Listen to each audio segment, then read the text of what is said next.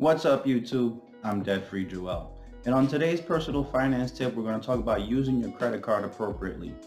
If you like these type of videos, feel free to click the like and subscribe button, and let's get to it.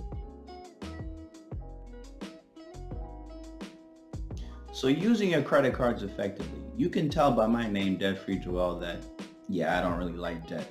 And credit cards are usually the easiest way for someone to accumulate debt. But I do understand that if you use them effectively, especially in the society that we're in now, where you can gain points to use it for other purchases, it could be helpful.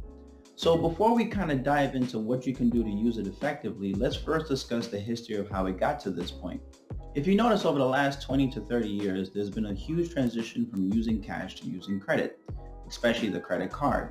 I'm probably one of the few people, when you see me out in public, I still use cash, and I'll talk about that later.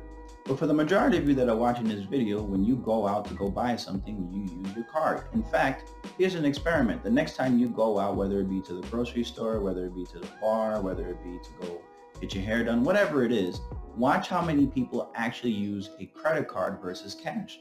And there's a reason for this. I think there's really two specific reasons. Number one is that when you use a credit card, you're more likely to overspend, okay? Because you don't feel the effect of losing money at that exact moment. When you pay in cash, you see your money leave, right? You physically see the money and you get the change back and you wonder why you have no money left in your pocket.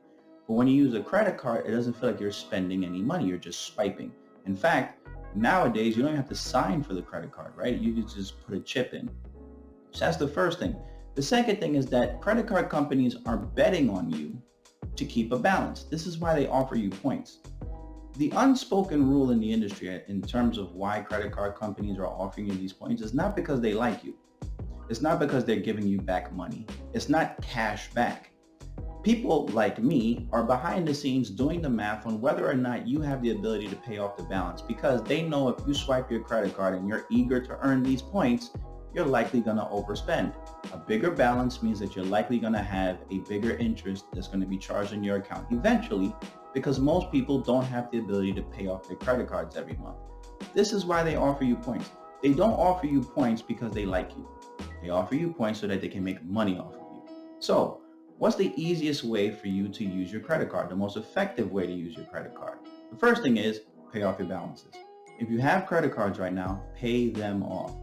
I personally think the worst type of debt you can have is your credit card.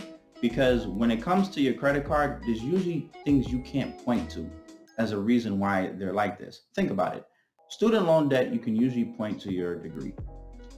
Your car, right, when you're financing a car, for example, you can point to the car and say, that's the reason why I'm in debt. When you have a mortgage, you can point to the house and say, that's why I'm in debt. When you use your credit card, you don't even know what you spent, right? It could just be random things around the house, random things you bought on Amazon or whatever. It's the worst. So paying off your credit card should be the first thing you do. So what's the trick? The trick is that the first thing you want to do is gather a list of all your reoccurring bills that you have in the house, and then have those run through the credit card. So see it this way. Think about your light bill. Think about your gas bill. Think about your internet, your cable, your car insurance, things that you have to pay every single month.